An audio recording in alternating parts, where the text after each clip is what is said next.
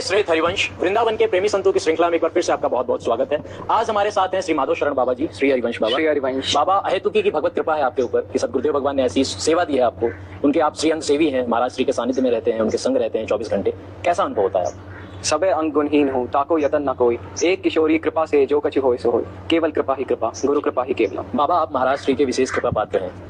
हम सब जितने भी उपासक जन हैं, हम जितने भी शरणागत जन हैं गुरुदेव के, हमारी एक हार्दिक इच्छा होती है कि हम भी गुरुदेव का ज्यादातर सानिध्य प्राप्त करें, उनके संग रहें, उनके साथ रहें, उनकी सेवा करें। ये कैसे हमें प्राप्त हो? गुरु सेवा का तात्पर्य केवल गुरु के साथ रहना या उनकी शारीरिक सेवा का ही नहीं है। जो गुरु द्वारा प्रदत्त मंत्र, नाम, वाणी आदि का गायन चिंतन करते हैं वो भी गुरु सेवा के अंतर्गत ही आता है। बिल्कुल सही कहा। पूज्य महाराज जी से कैसे मिलना हुआ आपका, कैसे उनका परिचय प्राप्त हुआ आपको?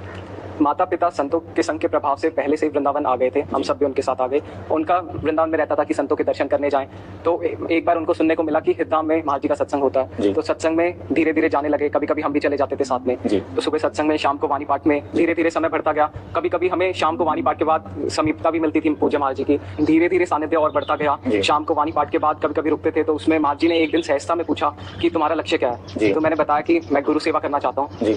तब तक महाराज जी को गुरु नहीं बनाया था। तो उसके बाद जी ने पूछा कि विरक्त होकर या गृहस्थ में रहकर। तो मैं बताया गृहस्थ में जाने की अभी कोई नहीं है, विरक्त के लिए भी अभी कोई ऐसा नहीं है। महाराज जी ने पूछा कि पढ़ लिख कर नौकरी करते हुए भी गुरु सेवा की जा सकती है? मैंने बोला कि ऐसी मेरी कोई धारणा नहीं है, मेरे को जिसको भी गुरु बनाना है उन्हीं के समीप रहकर उनकी सेवा करनी है। धीरे धीरे महाराज जी की समीपता बढ़ती गई। एक दिन महाराज जी का हेतु की कृपा हुई हम सब पर। हमने महाराज जी से प्रार्थना करी कि हम सब शरणागत होना चाहते हैं। तो महाराज जी ने सहज स्वीकृति दे दी। मैंने प्रार्थना करी कि महाराज जी मैं ऐसी शरणागति नहीं लेना चाहता कि मैं घर में रहकर फिर भजन करूँ, हम आजीवन आपके पास रहकर भजन करना चाहता हूँ। तो उस दिन से ही महाराज जी ने अपने पास रख लिया।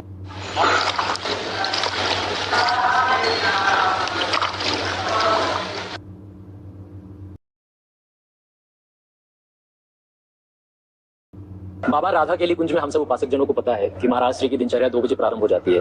पूर्वाभ्यास बस महाराज श्री 2 बजे उठ जाते हैं। आप एक युवा उपासक प्रतीत होते हैं, तो कभी कठिनाई का अनुभव नहीं किया आपने? कभी मुश्किल नहीं हुआ आपको 2 बजे उठना? बिल्कुल कठिनाई नहीं। इसमें जब से महाराज जी के पास रह रहे हैं यही दिनचर्या चल रही है। धीरे धीरे महाराज जी की कृपा से अभ्यास भी हो गया है। 2 बजे उठने में कोई कठिनाई नहीं हमें लगता। जब आप विरक्त नहीं हुए थे, इससे पूर्व आप कितने बजे उठा करते थे? लगभग 4-5 बजे, 6 बजे ऐसे उठना रहता था। बाबा, महाराज श्री का पूर्णतः सानिध्य प्राप्त है आपको। महाराज श्री की भाव दशा, महाराज श्री जब चिंतन में होते होंगे तो वो सारी छवियां, उनका जो श्रीमुख है, उनका दर्शन प्राप्त होता होगा आपको।